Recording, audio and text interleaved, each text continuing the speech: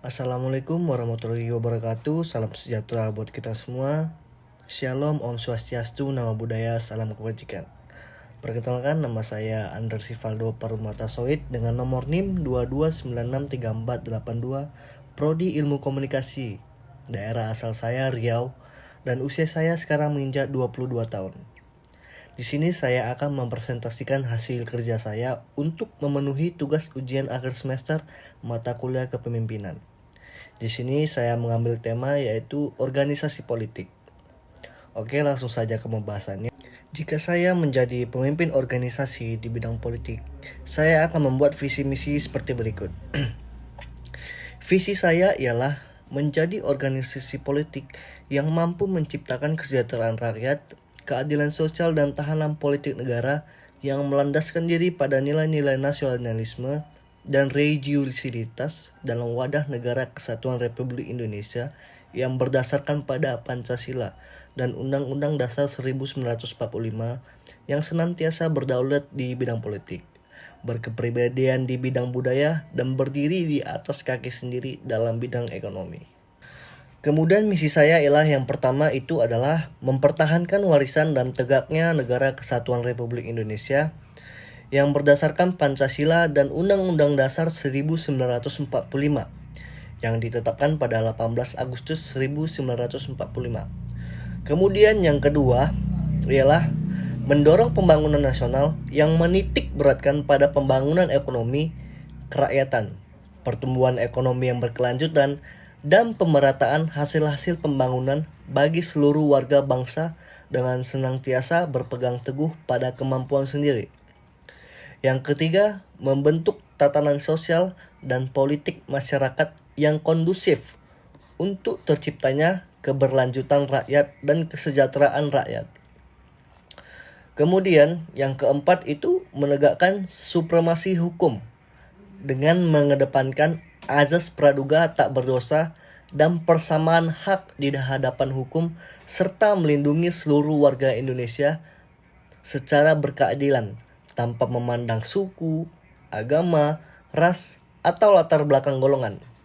Kemudian yang terakhir, yang kelima itu merebut kekuasaan pemerintahan secara konstitusional melalui pemilu legislatif, pemilu presiden, dan pemilu kepala daerah untuk menciptakan kepemimpinan nasional yang kuat dan bersih di setiap tingkat pemerintahan. Kemudian, bagaimana memulai proses menjadi pemimpin?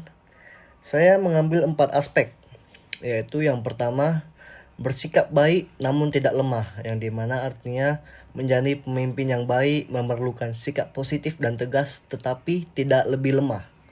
Kemudian yang kedua, bertanggung jawab, mampu mengenali kekuatan individu dalam tim dan mengajarkan mereka untuk bertanggung jawab. Kemudian yang ketiga yaitu mendorong pertumbuhan tim pribadi dan profesionalisme kerja, berinvestasi dalam kesuksesan dan pertumbuhan tim, serta menyisihkan anggaran untuk mencapai tujuan. Dan terakhir yang keempat yaitu menunjukkan integritas, di mana artinya pemimpin yang baik harus menunjukkan integritas dengan mengambil tindakan yang konsisten dan pembicaraan yang jelas. Kemudian bagaimana proses menjelaskan kepada para anggota agar tercapai visi dan misi? Saya membagi 4 aspek, yaitu yang pertama, mulai dengan membuat tujuan keseluruhan, yang dimana maksudnya dengan memulai membuat semua anggota memahami tujuan organisasi secara keseluruhan. Jika semua anggota mengetahui tujuan yang akan dicapai, maka kontribusi yang diberikan akan lebih baik. Terus yang kedua, komunikasikan tujuan secara berkelanjutan, berusaha untuk terus memperkuat tujuan dan memotivasi anggota tim secara keseluruhan. Yang ketiga yaitu motivasi anggota tim secara teratur. Artinya, hal ini akan sangat bermanfaat guna untuk mempertahankan fokus dan motivasi anggota tim pada tujuan yang menjadi sasaran. Dan yang terakhir itu bersikap transparan. Bersikap transparan di sini dimaksudkan dalam sikap transparan atau keterbukaan. Inilah yang perlu dimiliki untuk mencapai tujuan bersama yang telah ditetapkan sebelumnya. Kemudian, bagaimana cara menghadapi masalah yang datang baik dari internal maupun eksternal, dan apa saja contohnya? Nah, di sini saya akan menjelaskan mengenai pertanyaan tersebut. Cara menghadapi masalah dari internal. Saya membagi 3 aspek. Yang pertama yaitu fokus pada masalah bukan hal pribadi, yang dimana maksudnya berfokus pada isu yang relevan dengan pekerjaan dan evitasi konflik yang berkaitan dengan perbedaan pribadi. Yang kedua, menyelesaikan masalah secara proaktif. Maksudnya ialah menyelesaikan konflik secara proaktif dengan memahami sumber dan pelaku yang terlibat, mengidentifikasi dan mengelompokkan masalah berdasarkan pelakunya, serta mengembangkan strategi yang lebih efektif dalam menyelesaikan masalah tersebut. Kemudian yaitu ketiga, mohon pendapat pihak netral. Saya pihak yang berada di tengah mediasi untuk memberikan informasi dan saran yang imparsial tentang solusi masalah. Kemudian, contoh masalah internal dari sebuah organisasi, yaitu ada 3. Yang pertama ialah konflik antar divisi yang dimana terjadi antara satu divisi dengan divisi lain dalam organisasi. Misalnya terkait sumber daya, tujuan, atau kebijakan. Yang kedua yaitu konflik antara kelompok. Konflik ini terjadi antara kelompok-kelompok dalam organisasi, seperti antara tim atau departemen yang dapat mempengaruhi kerjasama dan produktivitas. Terus yang ketiga yaitu perbedaan persepsi dan keyakinan, di mana konflik yang muncul akibat perbedaan persepsi, keyakinan, atau nilai antara anggota tim atau divisi dalam organisasi. Kemudian, cara menghadapi masalah dari eksternal yaitu yang pertama, melakukan diskusi terbuka terhadap kritik dan saran, serta menentukan jalan keluar terbaik bagi organisasi kesejahteraan. Yang kedua adalah penting untuk mengidentifikasi akar permasalahan secara proaktif. Yang ketiga adalah objektif menyelesaikan masalah. Selain itu, mempertimbangkan hubungan yang baik dengan anggota organisasi dan selalu objektif dalam menyelesaikan masalah juga merupakan hal yang penting. Kemudian, contoh dari masalah eksternal yaitu yang pertama, faktor ekonomi.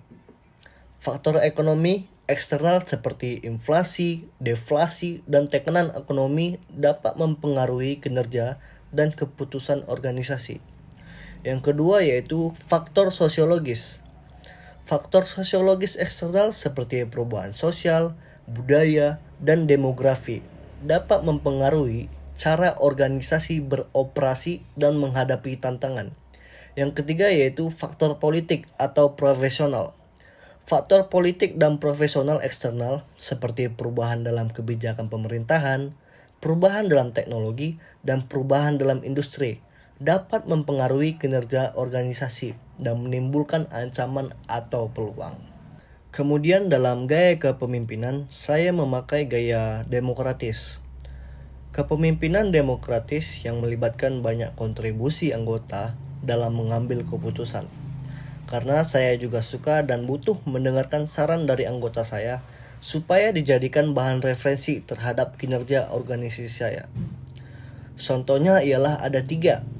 Yang pertama itu pengambilan keputusan bersama yang dimana para anggota tim terlibat dalam proses pengambilan keputusan dan keputusan akhir yang dicapai melalui musyawarah dan mufakat. Terus yang kedua itu keterbukaan dan transparansi, artinya berkomunikasi secara terbuka dengan anggota tim, mendengarkan masukan dan menjelaskan alasan yang dibalik keputusan yang diambil. Dan yang ketiga yaitu pemecahan masalah kolaboratif. Tim bekerja sama untuk memecahkan masalah dan mencapai tujuan bersama melalui diskusi dan kolaborasi. Oke, tidak terasa saatnya sudah di penghujung presentasi. Kurang lebihnya mohon maaf. Semoga presentasi yang saya paparkan mengenai materi yaitu organisasi politik bisa menjadi pengetahuan baru atau bahan referensi inspirasi teman-teman di bidang politik. Mungkin saya akhiri. Terima kasih buat semuanya. Assalamualaikum warahmatullahi wabarakatuh. Dadah.